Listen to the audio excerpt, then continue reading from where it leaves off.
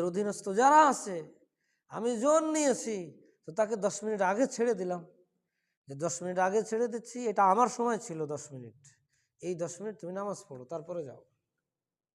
পারি না আমরা?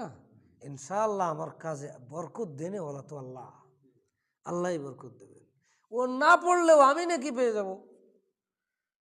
আমি তাকে 10 মিনিট আগে ছেড়ে দিয়েই নিয়েতে, যে দেখো এই 10 মিনিট আমার হক ছিল, কিন্তু আমি এই 10 মিনিট আগে তোমাকে ছেড়ে দিলাম, যে এই 10 মিনিট তুমি নামাজ পড়বে, এরপরে যাবে।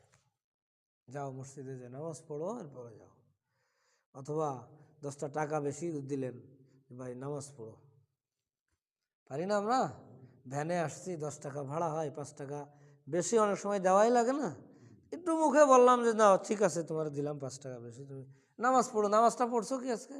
তো নামাজটা পড়ো, দেখো নামাজ পড়লে তোমার তো ইনকাম হালাল, তুমি তো সবার আগে জান্নাতে যাবে। এই যে দাওয়াতটুকু কবে কোথায় কোন দিন কাটটা লেগে যাবে তা আমরা কেউ জানি না।